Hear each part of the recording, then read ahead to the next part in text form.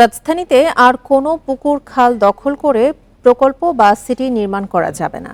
জলাধার ও পার্ক সংরক্ষণ করে ব্লু নেটওয়ার্ক গড়ে তোলার আশ্বাস দিয়েছেন পরিবেশ ও বন উপদেষ্টা সৈয়দা রিজওয়ানা হাসান।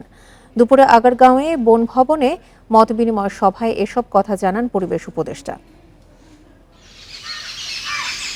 ১০০ বছর আগেও রাজধানীর শালবন ও বুড়িগঙ্গার পাড়ে ডোরাকাটা বাঘের গর্জন শোনা যেত, ছিল ময়ূরের আনাগোনা।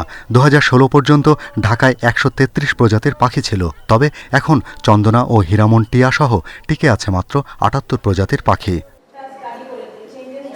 ঢাকায় ১০০ বছরের প্রতিবেশ, ভূমি ব্যবহার ও জীববৈচিত্র্যের পরিবর্তন নিয়ে মতবিনিময় সভায় আলোচকরা বলেন, নগরায়ন ও কালের বিবর্তনে ধ্বংস হয়েছে প্রাণ প্রকৃতি। 95% বিল্ডিং ঢাকা শহরের ব্যত্যয়ের মধ্যে আছে। সবাই মিলে যদি এই ব্যত্যয়টা আমরা শুধু ঢাকা শহরে আমরা কার্যকর করতে পারি, প্রায় পদ্মা ব্রিজের সমান টাকা আমরা তুলতে পারবো।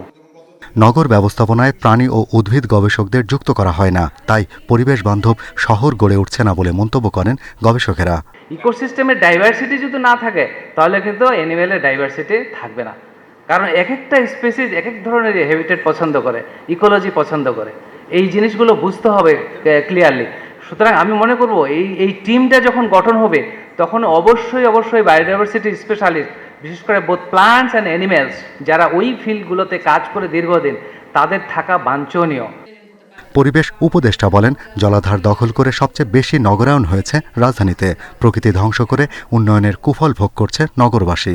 আসলে আর যে জলপ্রবাহটা এখনো আছে, এইটাকে আমরা রক্ষা করে আমরা এই ব্লু নেটওয়ার্কের সাথে সংযুক্ত করতে পারবো এবং আমরা ঢাকা শহরে আর মানুষকে আমন্ত্রণ না জানিয়ে সকল সংস্থার সাথে সম্মিলিতভাবে ঢাকার একটা নগর দর্শন ঠিক করতে পারবো।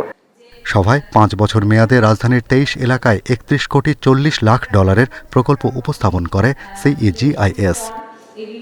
Shahriar Anirban, independent news, Dhaka.